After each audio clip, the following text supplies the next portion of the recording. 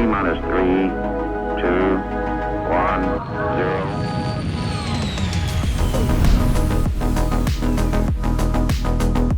0. Hello, everybody. Welcome to the Launch Sequence Podcast, where we like to talk about space games that generally start with Star and end with Citizen. Sometimes we branch out, but there's a lot going on this year, so it's very Star Citizen focused. And today, we're going to be talking about the next update coming to the game. One that a lot of people weren't expecting this early, but also I think a lot of people weren't expecting to just see this much coming in. So I've got my friend MrKraken here, well-known strategist and one-page guide specialist, to talk about what's going on currently with the 4.2 Evocati, and just in general what we're expecting with this next patch, as well as the release of the Anvil Asgard today. So I'm going to start by just asking how you're doing and how Star Citizen is treating you, and then we'll get to the topics of the day. Welcome and thanks for joining me. Hello there. Thank you very much. I'm alive. I'm awake. And there's no new build information, so I'm calm.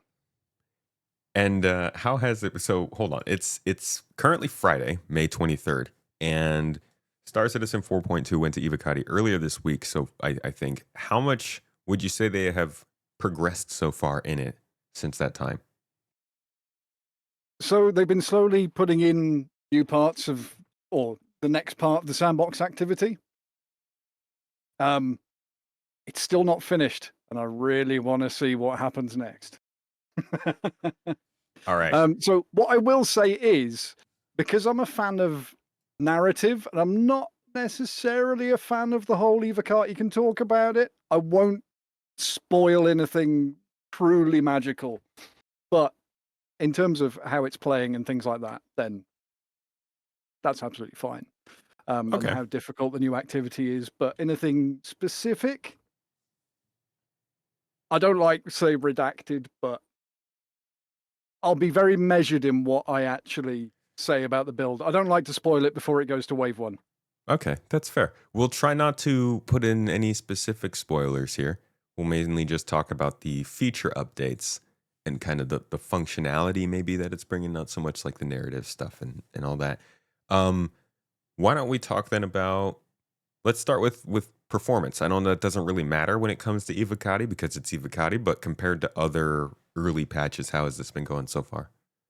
To be honest, it's been fine. They've been pretty consistent with early Evocati stuff. Obviously with Hathor, when that first came in, that was a different story altogether, because that was lasers. I still haven't gone through blades. that whole thing. No, well, 4.2 will be the perfect time because everybody else will be in Pyro. Yep. That's actually that's a good early question. Is the next event only taking place in Pyro? Welcome, everybody. Thank you for coming in. So this far, is your captain speaking. This Tomato will is be the with you problem shortly. with the slow introduction of bits to do with the patch. At the moment, it's just in Pyro. Maybe there'll be Stanton stuff by the time it goes to Wave 1. Maybe there'll be Stanton stuff by the time it comes out of Waves and goes to live. We don't know what goes on in the brains of CIG, unfortunately, when it comes to putting builds together. That is very true. All right. Well, we will return to the Evocati talk. First, I want to turn back to kind of the more immediate topic, which is that at least at the time of recording, the Anvil Asgard is like in the midst of releasing. It just came out about an hour ago, and by the time everybody's listening to this, it'll be next week. It won't be as fun a deal, but I think it's an interesting ship. It's certainly built for what a lot of people are looking for out of Star Citizen right now. Are you at all interested in this ship? Is this something that's been on your radar? Not really. It was when CIG accidentally made it available to creators last week. Yeah. And then went, oh, sorry, that was our mistake. And took it away from us again. But I had a quick look at it. I haven't had a look at it this evening because finish work, food, and here. Mm-hmm. But I've never been overly fussed on big ships that aren't Drake. So you're a big Kraken fan. So I've still got my fingers crossed for a surprise at the end of Invictus. Ah, yes, the old surprise that's been predicted. I pray for you. I haven't put it in buyback yet.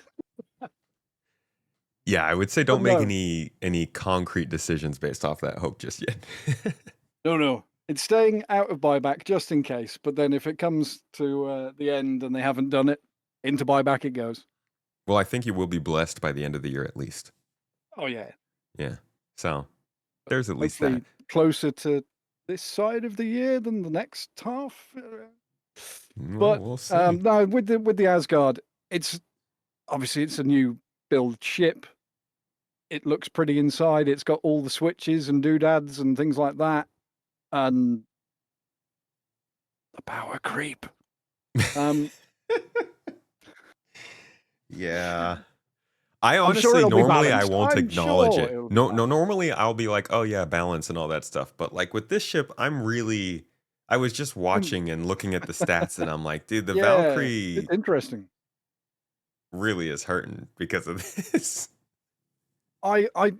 So I am a Valkyrie owner. It came in a pack, I think, or I half applied a CCU chain for something and I just left it at a Valkyrie. Sorry if you're hearing a jingly bell. That's my cat being annoying. No, we love a cat. A but- guest cat is great. It's a blessing. She very nearly didn't make it inside in time. Um, I don't want to know what that means. She's got a curfew. Okay. She's not built for outdoors. But no, with the Valkyrie, I feel sorry for people that, love the Valkyrie. The fact that it's had the same treatment that the Prospector had when the Fortune came out. It didn't get a polish pass. Okay, it got the new HUD in the cockpit. It got the But new it didn't- turrets and cargo. Didn't they expand the cargo grid? They had a crappy cargo grid before. Did No? it? Am I crazy?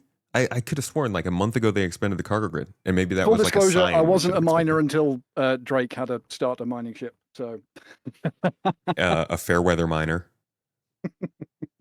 Let's see. Hold on. I can look this up real quick. But yeah, I mean, I do agree with you.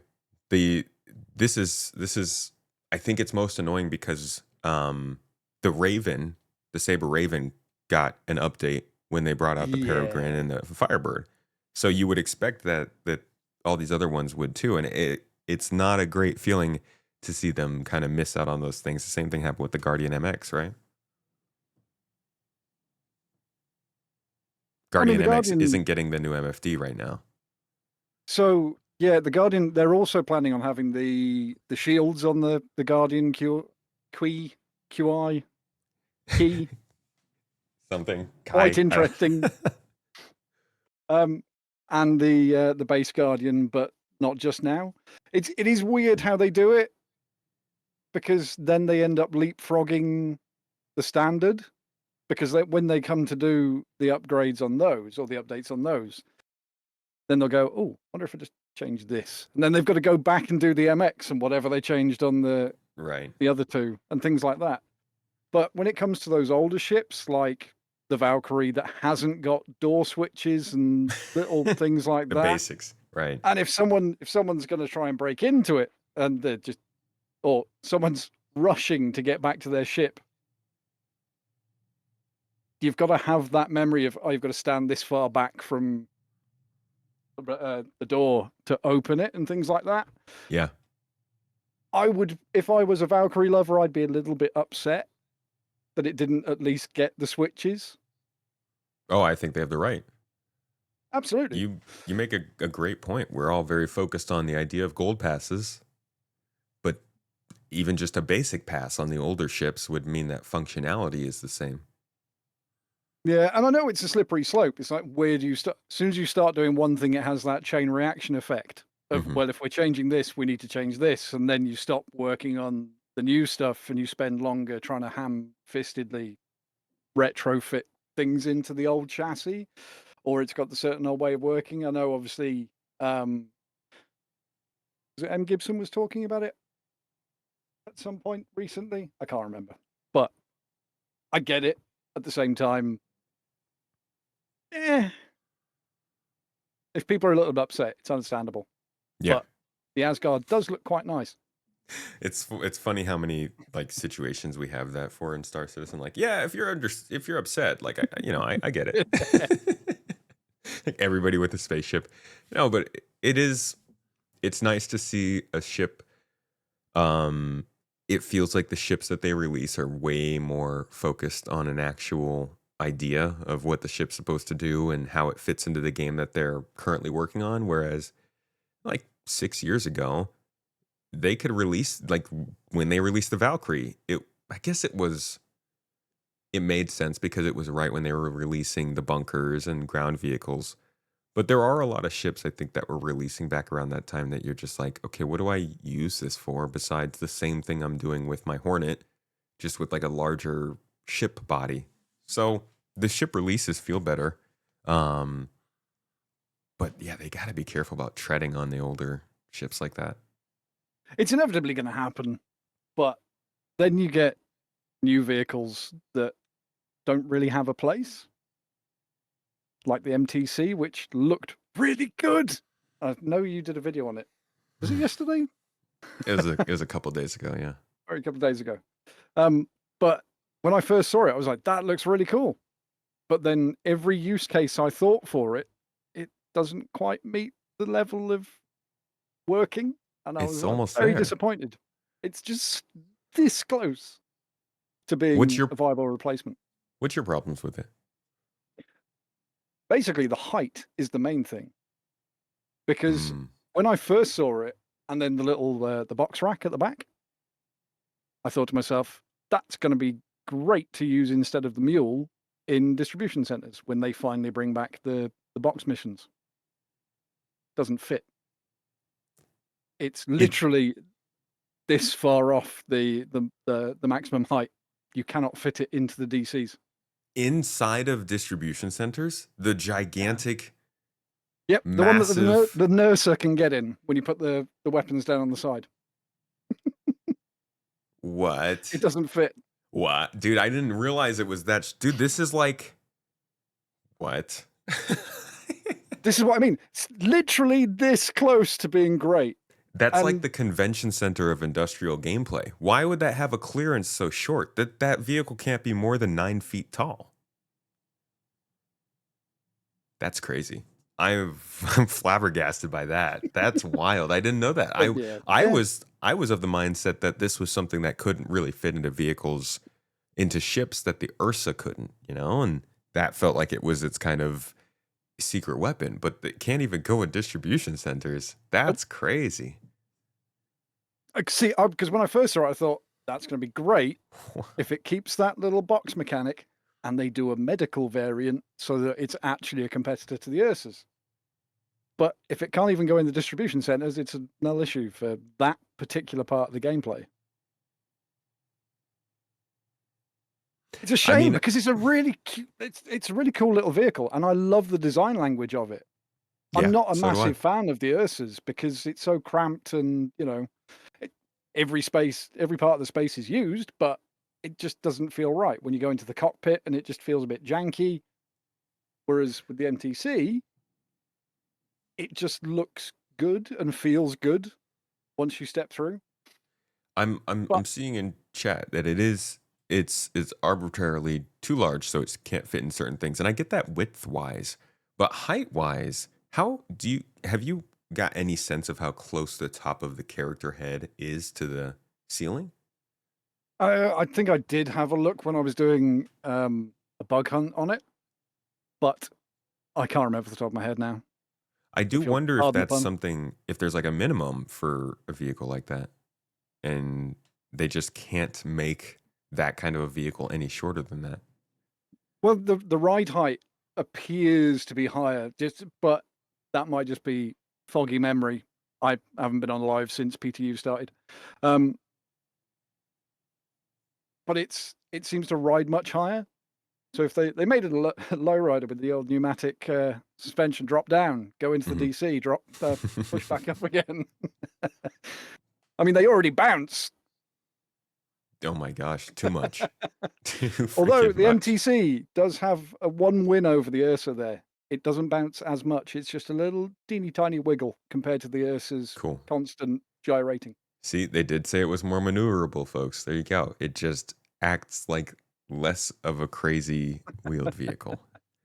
Dude, I don't even know what's going to happen with the Ranger. It's so funny to look at the way that wheeled vehicles physics work in this game and the progress they've made, and then think about, oh yeah, they'll introduce a two-wheeled vehicle. That'll be fine. I knew you were going to say that. I want them to get ground vehicles sorted out so I can have my Ranger CV. It's all I Dude. want out of ground vehicles. Dude, I don't know, man. It's been challenging so far, and I guess they haven't had the resources, but I'm just imagining like a two-wheeled motorcycle across all these different moons with all their different weird rock situations and stuff. I just want to buy Come Ice from Mars it. That's all I want to do. That should make for a lot of really fun videos watching that. All right, well, new vehicles, honestly, of Invictus. It's been a good time. I guess we've already gone over the Asgard and the MDC. Before we turn back to 4.2, are there any other ships or vehicles that have been coming out or been announced or been teased during this event that really do have you excited? I mean, other than the obvious Iron Chad, which hasn't been teased. Has that been but teased? Yeah. I've teased myself because there's no defense con, which makes me think that it's not just a hand wave. There's going to be a surprise, but that's me huffing on a massive tank of hopium. It's a mental illness.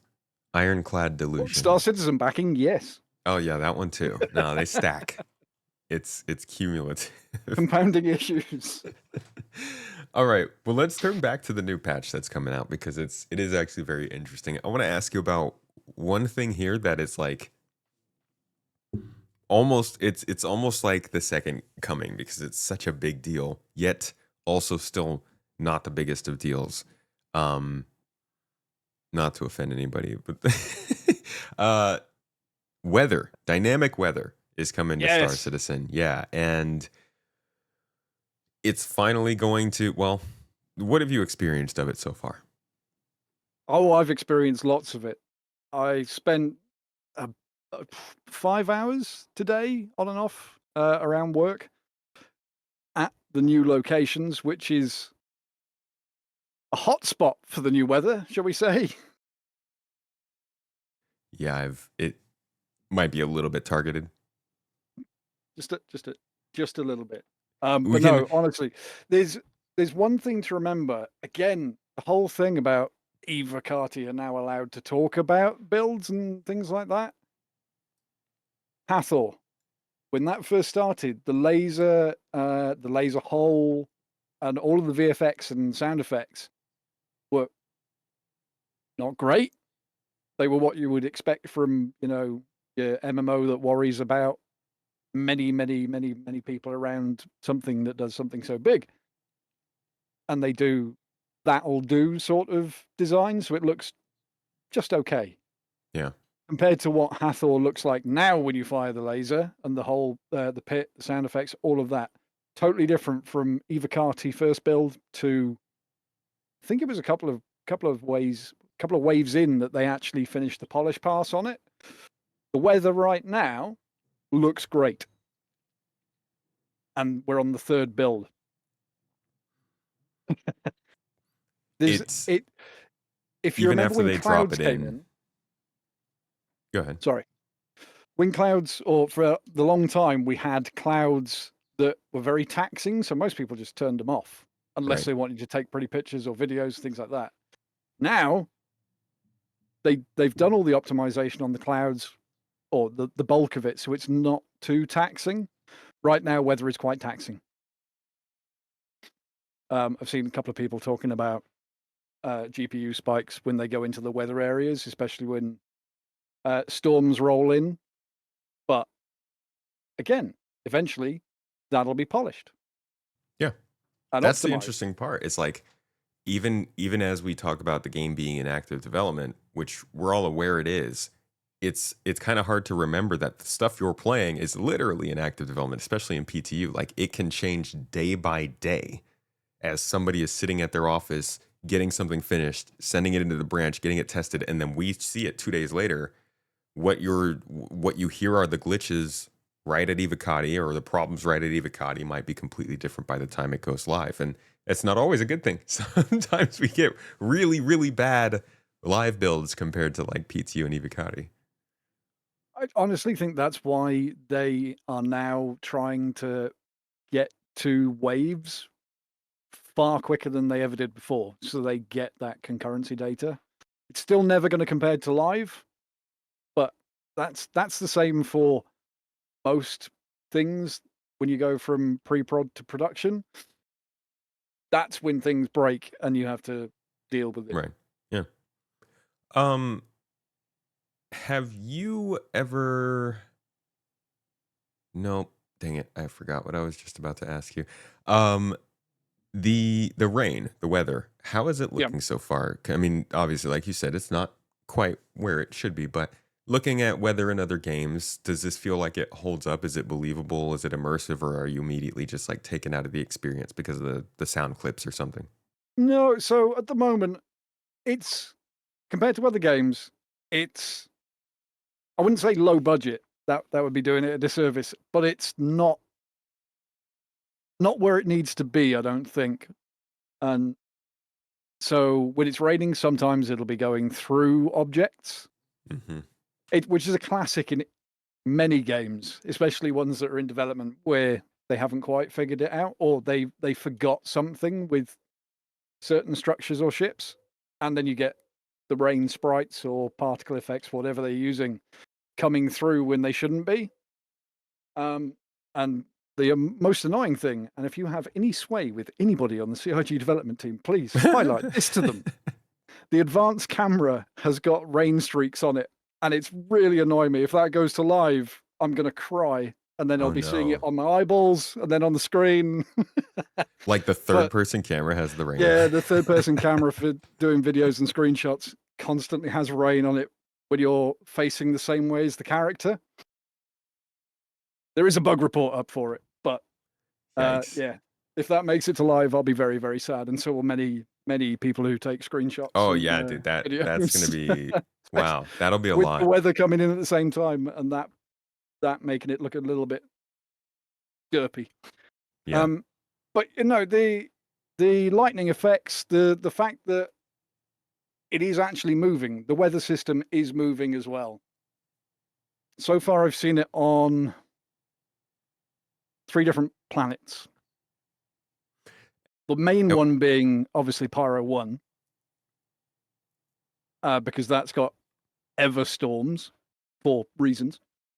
Um, and on Pyro 4 and on Bloom. So And you say they're each time it moving. looks amazing. How can you confirm that they're moving around the planet? Passes over you. So if you picture the scene, you've seen the lovely lighting and the god rays and things like that on Bloom. Yeah. Beautiful. So you're flying down to Bloom, you see clouds off in the distance, and you see the grey streak underneath. Okay. You So you actually like see see, it as from if the you were seeing distance. it from a distance, you were seeing a rain weather front coming in. Oh, that's pretty cool. Fly into it, and eventually the clouds will cross over your head. Take off again, catch up to it, you're back in the weather system. Okay. And have you been able to see if like those storms actually end, or are they just kind of moving around? I have been focused on the activity for obvious reasons of doing That yeah, one-page guide and believable, things like that. understandable. Yeah, I'm But sure there are there's gonna many be. people that have just stayed there, just singing in the rain, basically. I haven't gotten to check it out myself, but that's definitely one of the things that, yeah, I think it's really interesting actually with 4.2 specifically. There are like 3 significant things that were shown off in previous Citizen Cons that we never got that are finally kind of showing their head, and the weather is one of them. And it's so significant to so many people. I think a lot of folks would be surprised. Yeah, I mean, the stuff that was shown on to do with the weather system that was shown off last year, manage expectations. That was, I'm pretty sure that was not in Star Citizen engine, but that was in Squadron because it was playing like a mission Yeah. and the voice lines and things Yeah, like it that. was So all very scripted, yeah. yeah, it was the cinematic side of it and things like that. But with that said, when you're on the ground on Pyro 1 doing whatever you're doing,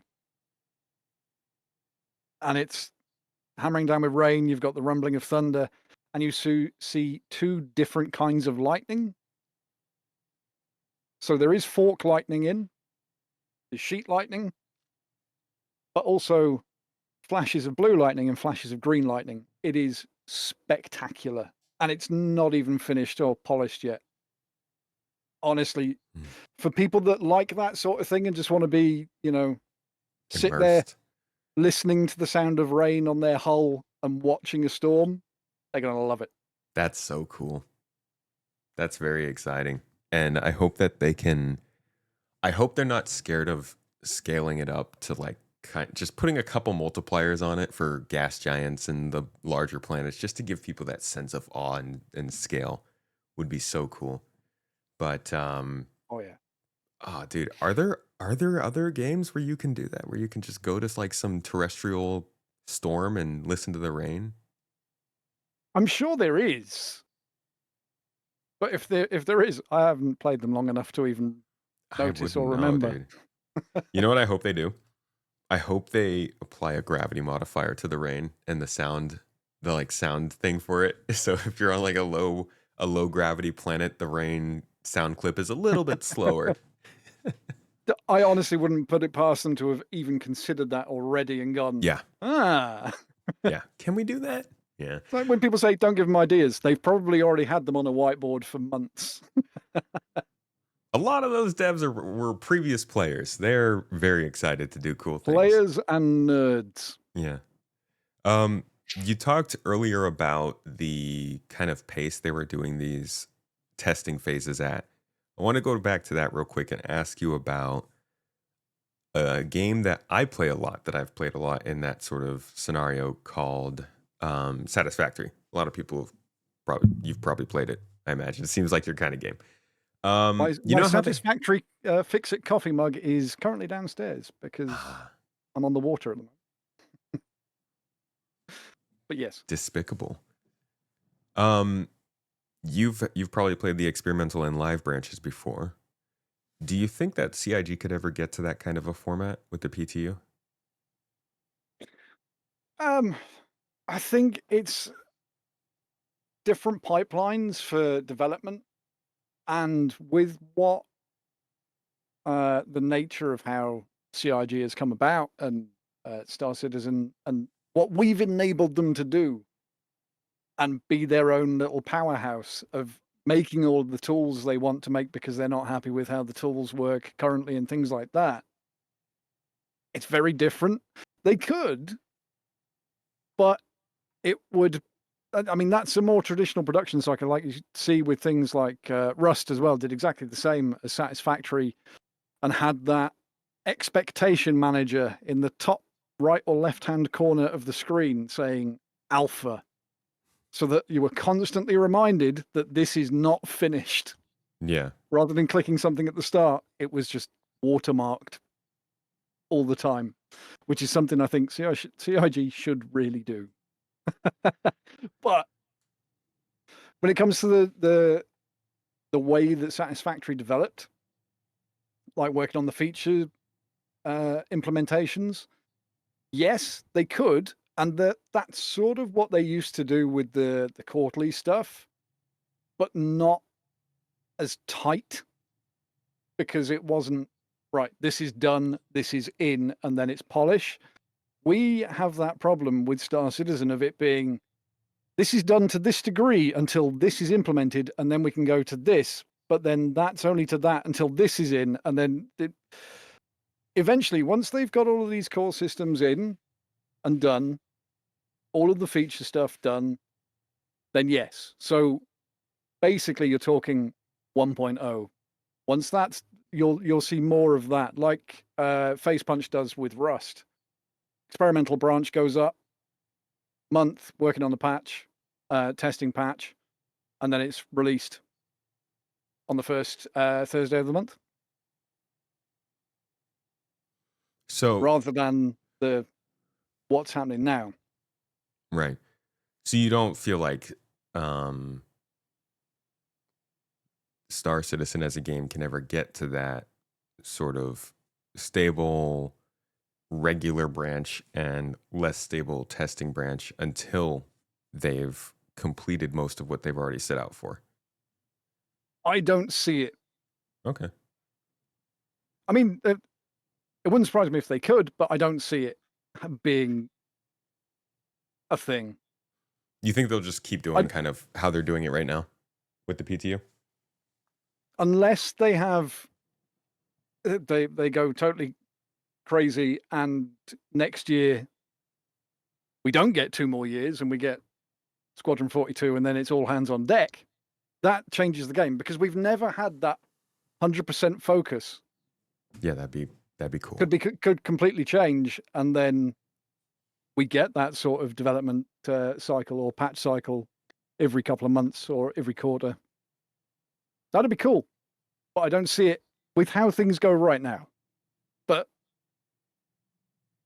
that's with all the things going on with 2 different games, still making tools, things like Yeah, that. man. I mean, and I think it's really cool to see what they're doing this year with just a little bit more focus on just getting the game up to a playable state, as opposed to like, we got to get basic functionality and features into this game.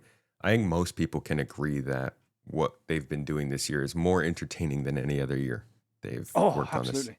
Yeah. All right. So one of the interesting things coming in 4.2 is not just the content that they're releasing this time, but they're actually releasing a new feature.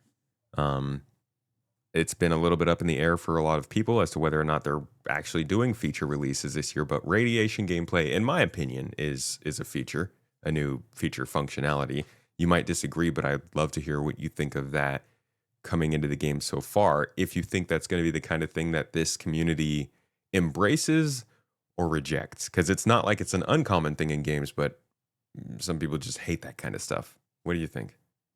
So, the way they've done it right now doesn't matter too much. It's just the same as any other environmental effect of like heat, cold, and just general atmospheric stuff. Like if you were running around with your helmet off on Aberdeen, you'd know about it pretty quick. Yeah. But Not with healthy. how it's implemented right now, which probably isn't the final values for the radiation protection of armor and things like that, a suit of heavy armor in just a basic area that's got quite high radiation, but not as bad as if you were completely suitless, which I have done for science. That was terrifying. Um, you can survive, and they fixed the long time the decon pens being red, so they look just like the Hemazal. Yeah. They now work for radiation management, and they are yellow again after 3 years, I think. That ticket That was was left so open. confusing. Yeah. Every time you go to loot and you go, aha, yes, med pens. Oh no, not med pens. That was a very big problem at the Hathor locations. But that's fixed. And they work. But yeah, it's really not that big of a deal if you're wearing heavy armor, which most people would do at Hathor and things like that. And this location is no exception to that. So the But heavier again, might change. So heavier armor has more radiation resistance then? Presumably so. At the moment, the item descriptions has just got radiation ? Okay. So it's probably not final values, but it definitely does protect against radiation right now. Given how much radiation there is, and the main thing that people are going to worry about, less than the radiation, is distortion. So less affecting your player, more affecting your ship. So with the new activity, there is not only radiation, but a massive distortion field. So you Is that in the know form of how weather? it's to do with the storm, yeah, like Okay. electromagnetic irradiated storm, all crazy shenanigans like that. But what it will likely do is stop the bombing runs that you get at Hathor at this new location, Okay. because you've got a thick cloud layer and you've got this massive distortion field that currently stretches above the cloud layer. So those A1s and A2s are just going to drop out of the sky if they fly in the distortion field for too long anyway. Sounds like good salvage opportunity. But it's also The salvager wouldn't be able to get in either. true. That's fair. This is the kind of thing that they introduced back when they first introduced weather. In 2016, during that demo, they had the whole, oh, yeah, there's atmospheric disturbances here. You can't fly in that area. And this is something a lot of people were waiting for to make ground vehicles more interesting. So you think this is going to be a very ground vehicle focused sort of thing then? So again, this is where I say, unfortunately, it's still very early in the development cycle. Ground vehicles are affected as well. But Ah. that's not to say that that's the intention, although given the setup of the locations, it probably is. But it's not terrible. It does feel like they're trying to encourage ground vehicle use, because the first build on Pyro 4, where the first part of the activity takes place, didn't have any turrets or defenses, anything like that. Now, in last night's build, it does. So you've got to land and then make your way over there. Okay. So they are trying to encourage ground vehicle use. And to be fair, it did make absolutely no sense that that location didn't have any sort of defenses given the system that it's in. Yeah. It's like it's a little dangerous out there, guys. You might A want to little bit watch yourself. spicy. The radiation gameplay is interesting to me because it can be both kind of an environmental effect like that. It also can be the sort of like fix this, or this has been damaged and it's leaking radiation kind of stuff. And I like the shield component that they have going on, where you have to break through a radiation shield before it start affecting you. But I do wonder, going back to the heavy armor you mentioned, having somewhat better protection than light armor, if there will be some kind of protection outside of this radiation shield that they originally told us back in, gosh, what was that? 2023, I think. Yeah, so obviously we still haven't got the full implementation of all of the what did they call it? Roles. So you had the pilot, that guy, Yeah. and all the different strengths and weaknesses of different outfit types or archetypes. There is a new outfit, and it is a radiation suit that looks quite similar to an EOD suit that you'd see on TV or film. Hurt Not a Locker. real EOD suit, but it looks a bit like a sci-fi EOD suit maybe. Hmm. But that's the primary thing you need for brand protection. At the minute, it's a bit clunky because it's brand new in. But good news, everything that I've looted from the new locations so far has had LTP enabled, so it's persisted across builds. Because a massive problem they have when they introduce new things like this, new weapons, new armor, key cards, stuff like that, they don't LTP enable, and then they're gone the next patch. And with patches coming so quick, that gets really annoying real quick. But so far, they've all been LTP enabled. That's good. That's nice. Yeah, that was, especially with like the cards and stuff, that can get a little bit annoying. Let's talk about this activity. Well, whatever you feel Yeah. comfortable sharing about it. Does this activity seem like it's going to be interesting to groups, solos, combat, and non-combat players, or is this another org-based big group combat event again? Yes. but also no. All right. So when they first started teasing this activity, and they had the Ryari video with the regen crisis, and it was pushing the trolley Hmm. through this corridor with servers on the one side, I immediately went, "That's TF Octagon, but modern." If you remember 2019 CitizenCon demo of TF Octagon on Microtech, Yeah. stealth gameplay. You go through You gotta vents sneak using in. your oxycutter. You Yeah. put on a lab coat. Nobody goes, "Ah, that's someone who's come here to rob everything."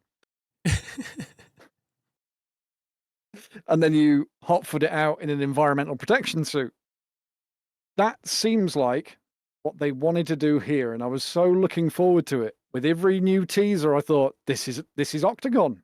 It's finally here. We're finally going to get some Hitman-esque gameplay Sitcon 2019. where you don't need to take a weapon if you don't want to.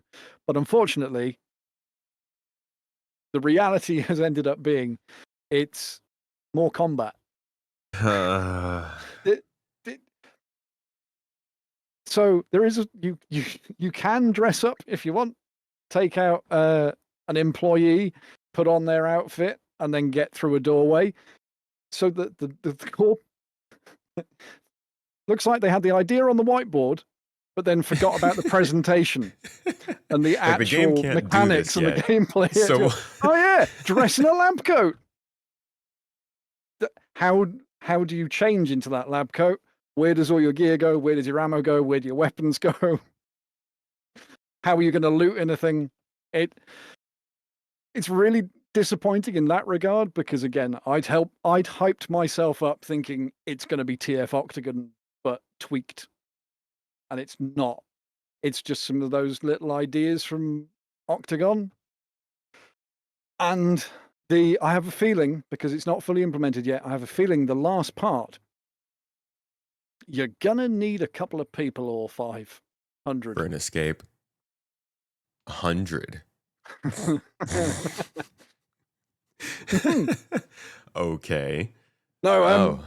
so at the moment, part 1 was in the first build, part 2 was in last night. I'm really hoping that they're putting it all together tonight so we can see exactly what the activity is and what it's all building to, because at the moment it's a bit disjointed. But much like with Hathor, which I still regularly go to paths and the OLP solo, run through, loot, things like that. Yep. Yep. Never get bothered. Pay attention, fly stealth ship. It's not all PvP. Don't just go and enjoy the content and get good Yeah. loot. Yeah. And it is good loot. And then sell it if you want. It's the best loot in the game. Yeah. Speaking of the best loot in the game, but the new the hazmat suit, the radiation suit, sorry, Sterling. is already in the loot pool. Oh, that's So good. it's already in the big brown or olive drab armor trunks. You can get it that way as well, which is cool. But yeah, you're going to need, not going to need, but you can run it solo. It's a bit spicy to run it solo, but that's just the NPCs and the typical phasing NPCs that won't die, so you've got to run up and knife them. And also the fact that they know where you are as soon as you walk past a mouse. So it's still it's not really a stealth mission then still. It's not, but it does have the bones to be once they do the whole AI perception pass, and we're back to that. Once this is in, it'll be great. Yeah, like the AI perception path we've been reading about on monthly reports. Yeah. Once that's in and done, then you might be able to get away with stealthing in, breaking some necks, getting what you need to get, and getting out. Don't know. Hopefully it will be. But when it escalates. Part 1 you can definitely absolutely do solo. There is a heavy armed response part of it that you need to be very careful, but can still be soloed. And then once you go to Pyro 1, that's where things ramp up a bit. And again, we haven't got the last part. So don't know just how bad it's going to get. But there's a lot of environmental storytelling in all of the locations that tell you what to expect if you're paying attention.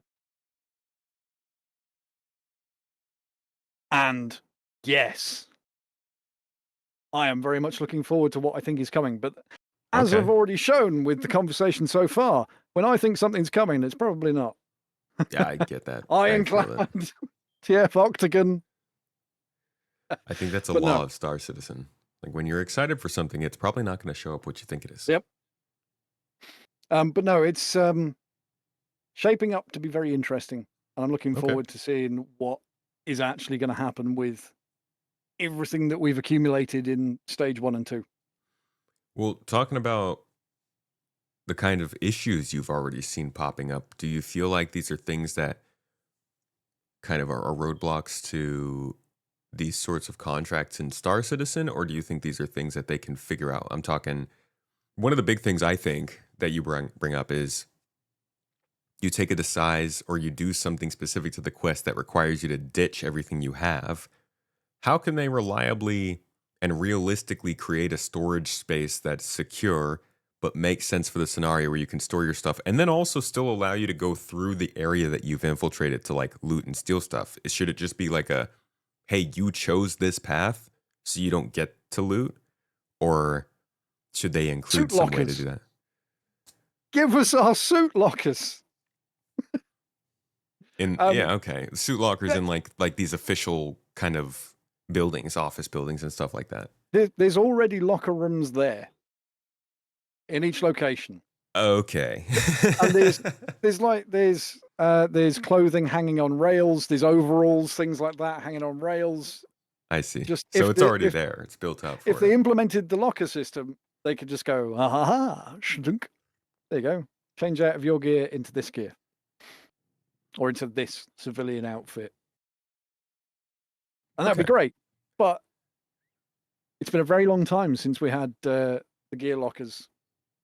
The idea of the gear lockers has been around for a long time. I'm really annoyed that they released a advertisement for their advertisement of base building at CitizenCon last year. Like they straight up gave a teaser, and it was during the stupidest time, during a video for 3.24 when we're all caring about hangars and storage and what changes are going on there. And they're like, oh yeah, and also keep up to date for CitizenCon in 2 months where we'll talk about base building and suit lockers. And everybody's like, oh yeah, sick. This is like they're getting ready. They're going to start putting it in testing and all this stuff. We still don't know what the heck's going on with suit lockers. And they showed it to us like last August. And they keep on putting that damn Pembroke suit and the Novikov suit in ship trailers and behind the ships to show off, this is your suit locker. Thanks. They're like, wouldn't this be cool, Star Citizen players? Wouldn't you appreciate if we actually did this? Yeah. Just give it to me. Also, where are the ground vehicle elevators in our hangars? Speaking of things that we haven't got yet. Well, that did sound. So, did you watch the Con 42 presentation? So I caught bits of it. I haven't watched it fully yet. It does sound like that's something that they've got at least something in the plans for with 4.2. I don't know what it is, but they said they have something that they're going to put in that at least shows they're still working on it. I'm like, okay, well. So it'll be a line in the code that someone data mines and goes, like look, they added this. It's happening. No, it's not. They just just slipped into the build. The elevator is going to be there. It just doesn't work yet. But like it's there. It will be you can functional look at it. in the next patch. No, it's all good-hearted ribbing. It'll happen eventually, I hope. No, it's not good-hearted ribbing, dude. You're gonna kill the whole project just from saying all that. Right sorry, there. well, we were being so positive about things that, you know, I know you like the duality of comments on your videos. Dude, somebody told me, I think it was last week or 2 weeks ago or something, there was whenever I was talking about the flight blade stuff, which is, yeah, okay, I have a problem with that. It's okay, guys. We all got opinions. But somebody told me that was like, I was going to kill the project. And I was like, dude, somebody says something it. new is going to Done, kill this pack it up. project every year since 2014. All right. What if it was actually me all this time? Like, what? Just marinating, waiting to be the secret weapon. No, I mean, A damn everybody's got space tomato. everybody's got problems, and as more and more gameplay becomes a reality, there's going to be more diverging opinions. That's okay. That's all Yeah. right. It's Like, allowed. I didn't like the blades, but only because they packaged the best black and red skins in with blades. That got a lot of people. That's not right. You got to give people the ability to get their skins. They don't want no extra stuff in their inventory cluttering up I every want blades. I every don't time care. they go back to their home. I Yeah. just want paint. Um. It's Orc MX Singularity for your ship. It's locked behind stuff that I'm never going to use. Yeah, that's kind of funny. Who knows? Maybe you can craft it or uncraft it someday. I don't know. Put the hopium tank down, tomato. Another another pretty cool thing coming into this, oh man, this update is the combat mech. So the Atlas was introduced last year. I think that was pretty much a surprise to everybody. They did a good job of keeping it under wraps, and they dropped the Yeah. Atlas cargo variant in, and I think everyone was like, "Oh, they're doing mechs," because they introduced it, and I was kind of surprised to see that it was coming out at about that same time. But now we've finally come around to what was for sure, an inevitability, and we've put guns on the mechs now. My favorite part, before you finish, my favorite part about the whole thing was all of the people when the ATLS came in went, they'll never do a combat variant. No, don't be.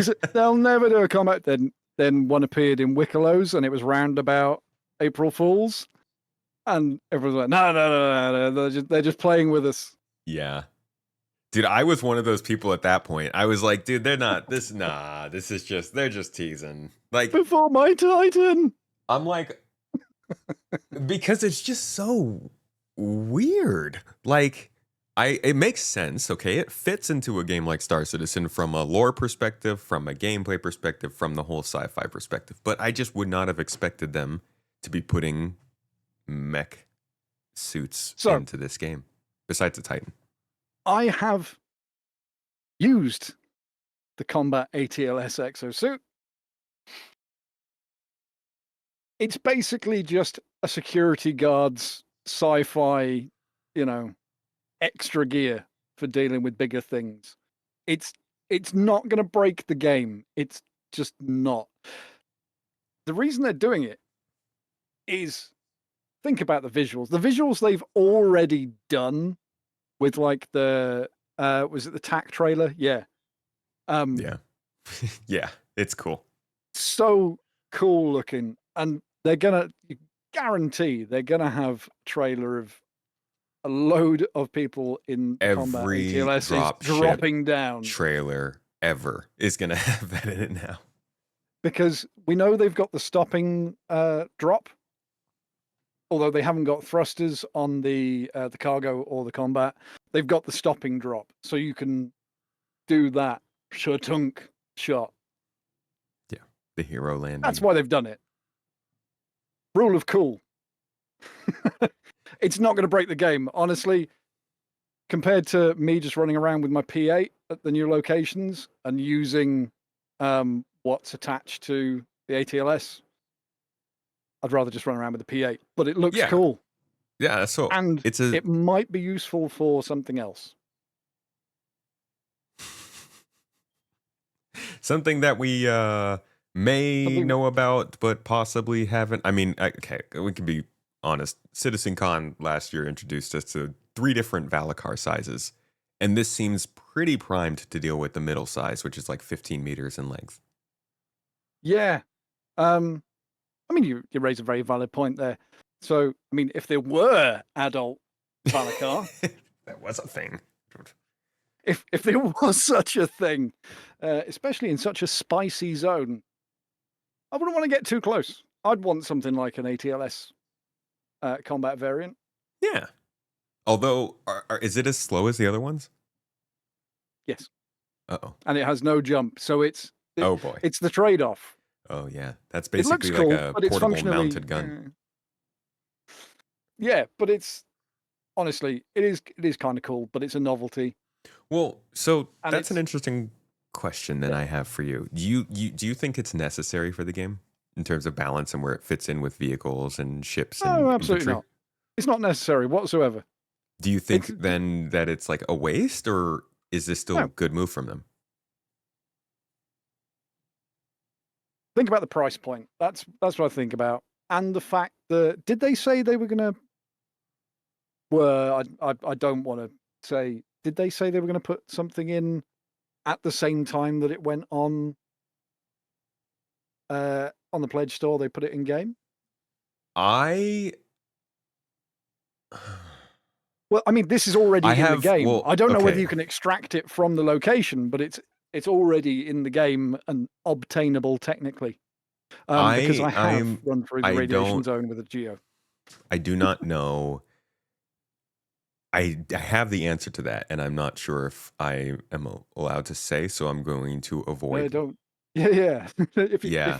If it was said in closed doors of a DM, Well, not necessarily, not to me, but I yeah, do think that I get what you mean, like price point wise. But let's think about in the future. You know, we very much are always thinking about how all this stuff matters right now. But let's just say, I don't know, 5 years from now, uh, most of the things that we see as new right now will be old. So they won't really be as interesting, especially not maybe to buy for real money.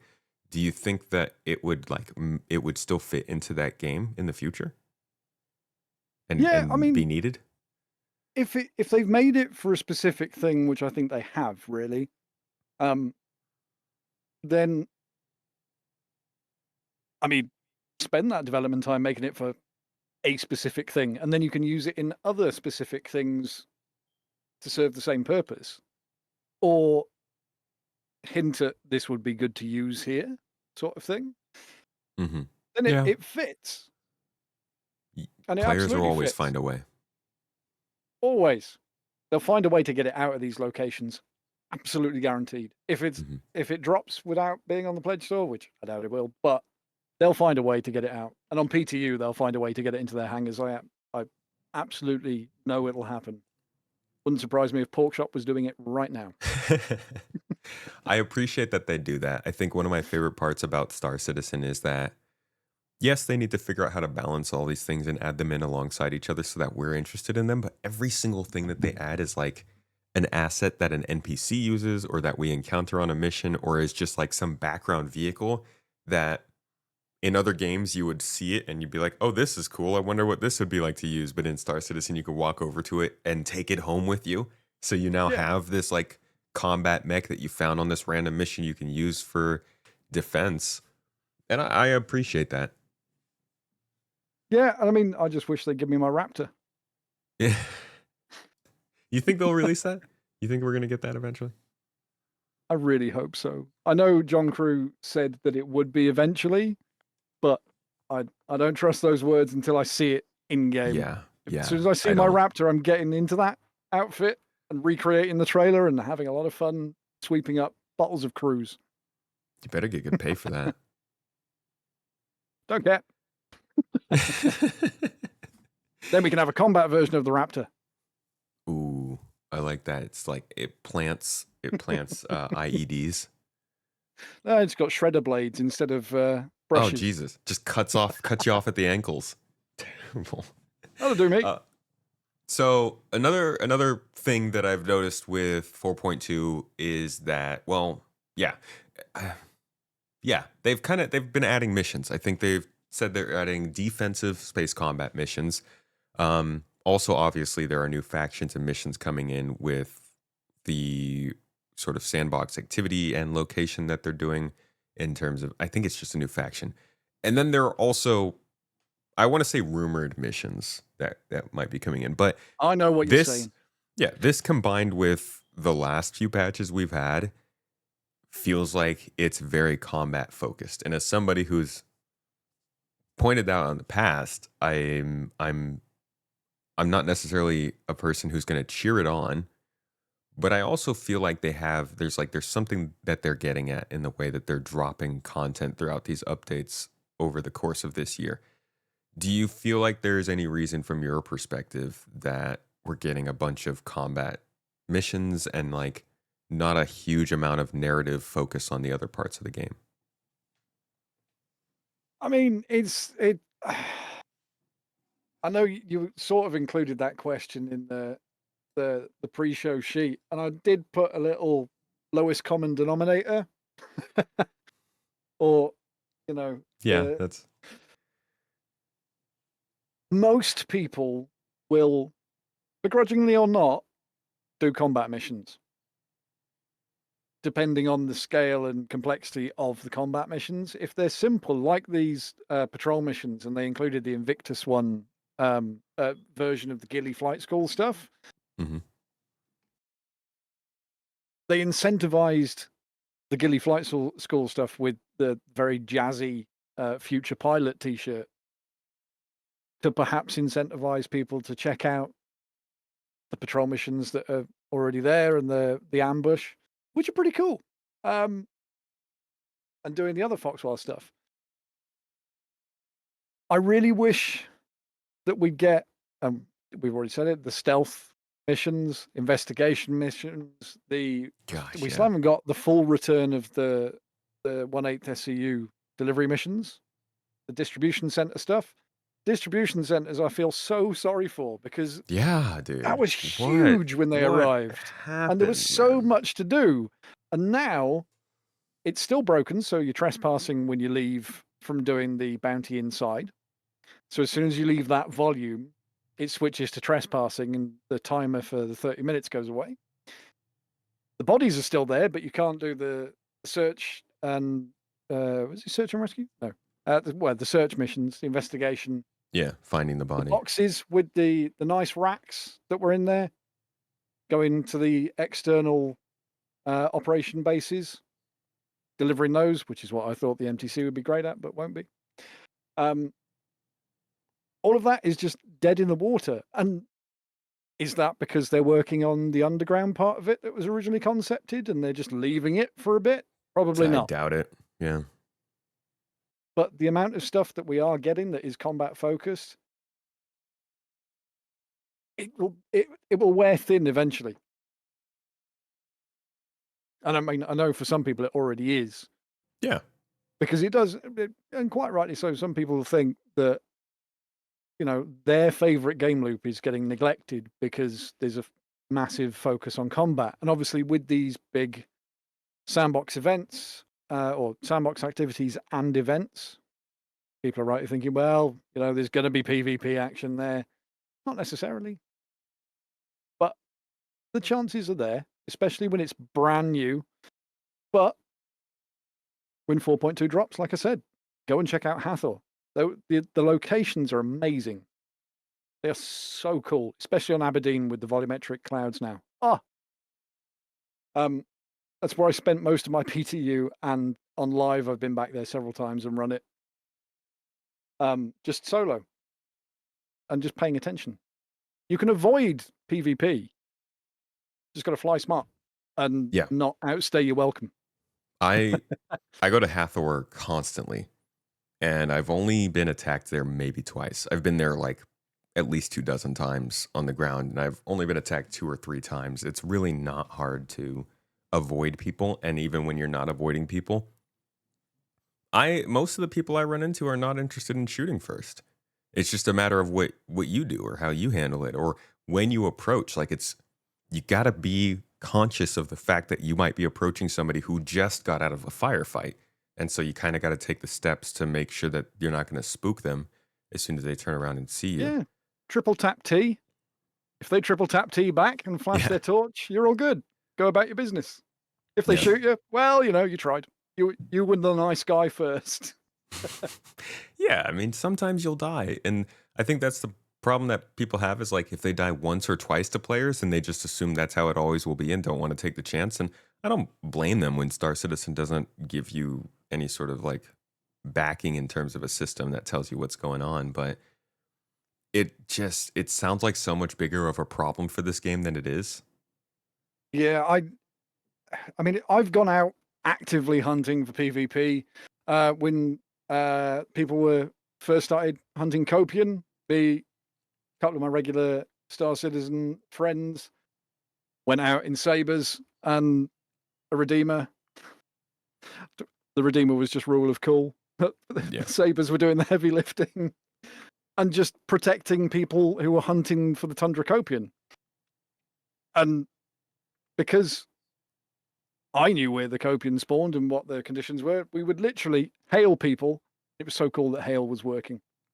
I haven't tried it since, but it was working then. That was cool. And just guiding them into the Copian and then run an escort for them. Did that over a weekend. Barely had any PvP, but as soon as you look on Reddit, on Spectrum, I was hunting Copian and all that was happening was I was getting killed and couldn't find any Copian. What were you flying? If you weren't in a saber or a low profile ship and you were on your own on a high populated server, that's not on anybody but yourself. You can get a cutter's signature right down. Go, kill Copian, get Horn, leave. Yeah. No one even knows you're there. Don't go solo pilot a Constellation Taurus to find Copion. And my favourite were the Carracks. Oh. Solo Yeah, Carracks right, the looking for Carrack, yeah. Copian. Holy crap. It takes longer to get down to the ground floor or the ground deck than it does to get the actual Copion horns. Yeah, and I mean, like I've just noticed in someone in chat then, players can't differentiate between players and NPCs. That's the point. That you're not meant to be able to. That's Sandbox. That's why I get annoyed when people categorize an event as PvP, because It's not. PvP shouldn't be the worry. It should be whether or not you're getting into combat at all. Like Yeah. when somebody says, "Hey, what is Hathor? What kind of location is it?" I'm like, you might get into combat. You're going to get good loot. I'm not going to tell you you're going to run into definitely players. get in combat because you've got the Ninetales NPCs. Yeah. So you're going to get into combat and you're going to get loot. You might run into players, but like it's going to be so hard to categorize this game as a PvP versus PvE place. Oh, can I go to this outpost? Is it PvP? I don't freaking know. Can I go to Jumptown? Is it PvP? Dude, there might be nobody there. Likely. You just never know. Yeah, but it could be. Like it's such a hard way to categorize locations. And this is the thing, right? I know people disagree, and that's discourse. If you disagree, you disagree. You have your own opinions. Everybody does. But it's Sandbox. I know people don't like it when I say that, but it is. It's just Sandbox. Everything is thrown there. It's up to you what you do. It's up to them what they do. You can control what you do. So if you're running stealth, you're running quiet, you're keeping an eye on the server population, things like that, you can manage your chances of encountering people that want to do you harm in a computer game. There's a lot more ways to manage it in Star Citizen, especially right now, than there are in lots of other MMOs, especially sandboxy. And games like Rust, which has never had a full set of, this is what you do in Rust. It's just, here are some tools, here's an island, fill your boots. And it's turned into what people see Rust as. Crazy freaking game. But it's like that. You control what you do. If you keep getting into these situations, look at what you are doing. Yeah, that's hard to teach for some reason, it seems. Learn to identify what NPCs wear at certain locations because they all have loadouts. If you see someone running around wearing bright red ADP, that's only from the pledge store. When there's loads of Ninetales NPCs, there's something to keep an eye on. If you see that silhouette running around, Hathor, over one side, you know that there is a player there. It's up to you whether you leave or carry on trying to get the loot that you want to get. That's a good point. It comes back to player knowledge. That was one thing that people always loved about this game, and something I still hope they do with exploration, which is like you see a signature And because you just recognize it, you know what it should look like, you understand what might be in that area, and you can sell that data more easily. And it's still true. You still Yeah. have to, like, it's true, I guess, for all games, but like, it's still there. You got to know things. And it's an interesting conundrum that you'll have a very large group of people who will run into that folly, who will have the consequences of lacking that knowledge, but they'll blame the game.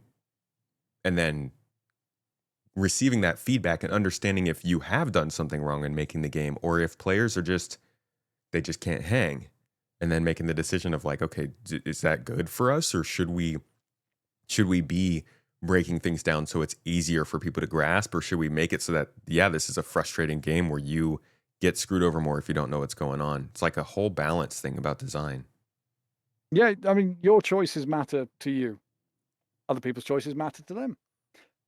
You've got to have that self-reflection of, yep, I got murdered 7 times because I kept on flying back to the exact same location thinking that they were going to be gone.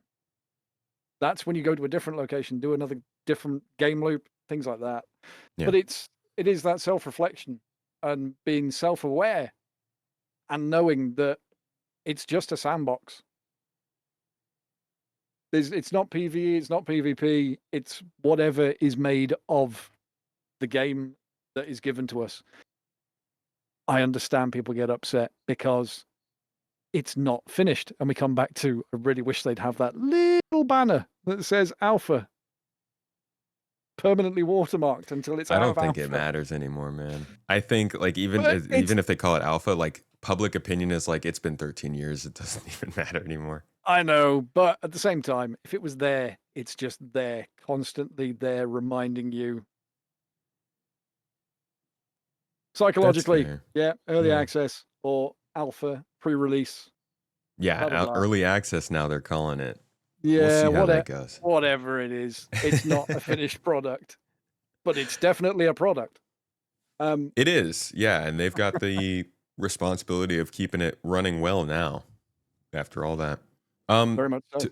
To wrap things up for this show, thank you so much for joining me for this, by the way. Could you tell the folks what you want to see? What is most exciting to you? And this could be rumors, confirmed features, EPTU, live server, but like in the next few months, what is something that really excites you that you think might be occurring in Star Citizen? Next few months, that's mean because I had something locked and loaded. But no, honestly, I'm excited for whatever's next. I know that sounds like a cop-out, but honestly, other than in the moment, when they start teasing little things like the whole TF Octagon thing, that was me, but that's because they reused an old location for a video.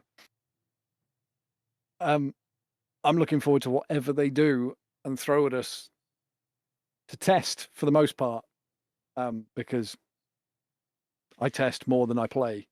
PTU has probably got way more hours than I have in live. But whatever they throw at us, so far they have been delivering lots of pretty cool things to go alongside all the stuff that people get up in arms about on the Pledge store. We have been getting a lot of stuff Yeah, we have to do in game. It's been good. From December till now is easily the biggest expansion in gameplay this game has seen in a half year.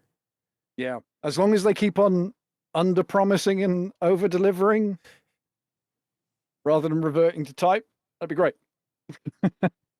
Yeah, and then if they could just like keep doing that without accidentally putting their boots in their mouth, that would be also just it's like so close to hitting it. Very, very nice. I really don't want to hear, yeah, we're going to need more time for Squadron 4 too. Oh my God. I really don't want to hear that. I really, really hope that they can deliver on that and get it out.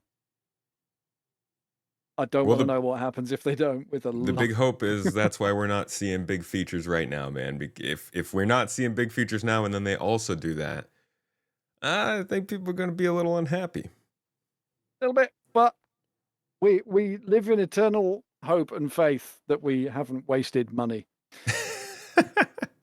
That's what some people call the sunk cost fallacy. Yep. Honestly, which I think is true for basically anything you ever spend money on. It's just different for each person. But yeah, at the end of the Have day, you? you do hope a good game comes out of it. Yeah. I mean, at the end of the day, everything that I've pledged for Star Citizen, which isn't really that much in the grand scheme of things, have I enjoyed my time testing? Yes. Have I enjoyed my time playing? Yes.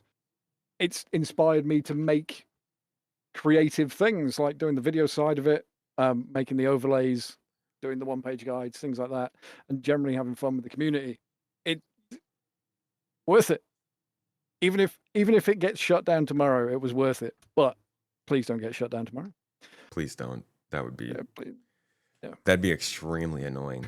Because June Awakening didn't To say the look as least. good as I thought it was going to. Oh, really? Are you not I enjoying it? want spicy worms, not spice worms.